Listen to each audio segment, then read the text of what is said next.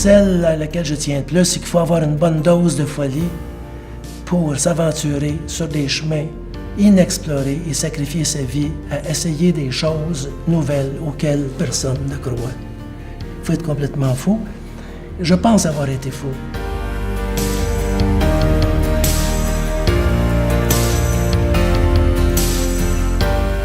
Parce que quand je vous parle du chemin de croix et des stations où vous tombez, c'est ça, hein? Je vous présente à la banque et on dit, écoutez, vous n'avez pas d'expérience, vous n'avez pas de capital, vous n'avez pas de garantie, on ne vous prête pas. Alors comment voulez-vous qu'on ait ça si on n'a encore rien fait? Puis nous, on a compris ça, beaucoup, je pense, puis on a tenté d'aider les gens qui voulaient se lancer en affaires, puis de devenir des entrepreneurs. Et puis c'est fascinant d'être dans une société qui grandit, puis d'y être associé, puis de trouver des idées qui sont enthousiasmantes parce que les autres les partagent. Puis ça, c'est beaucoup le Québec et c'est surtout beaucoup les entrepreneurs.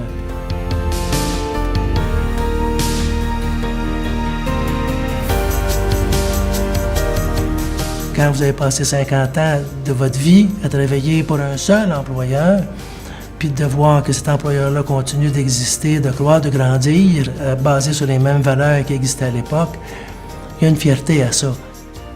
J'ai commencé à 15 ans, puis j'ai pris ma retraite à 65, 66. Je suis demeuré ici plus de 50 ans. Un bureau que je connais. Big time.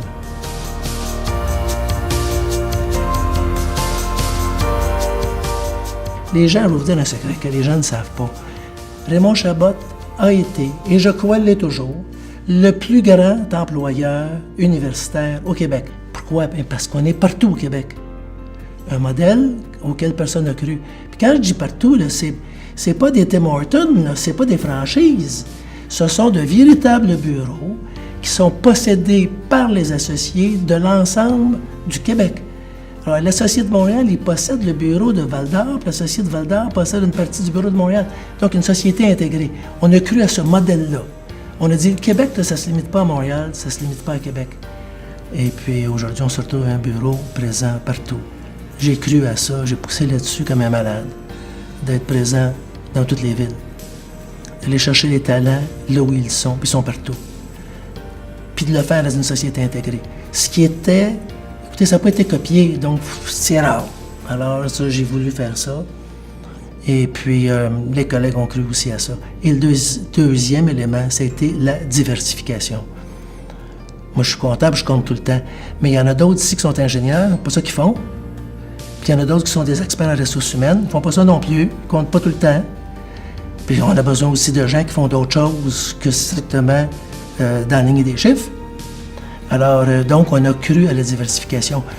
On n'est pas meilleur que les gens qui constituent le bureau. Alors, il faut trouver les étoiles filantes, il faut être capable de les encourager et de les suivre et d'aller à leur vitesse. Ils vont plus vite que nous, les jeunes. Alors, non, Raymond Chabot va rester au Québec, mais avec un réseau Grant Thornton fort. On a une récompense qui est inouïe dans le travail, c'est de voir ce qui est en face de vous qui réussit. Puis vous dites, bien, peut-être à quelque part, il y a un petit bout de ça qui me revient. Et ça vous fait lever le matin n'importe quand. Que Raymond Chabot, ce soir, pour son 70e, d'être honoré dans le cadre des Mercuriades, ça me touche comme vous ne pouvez pas savoir.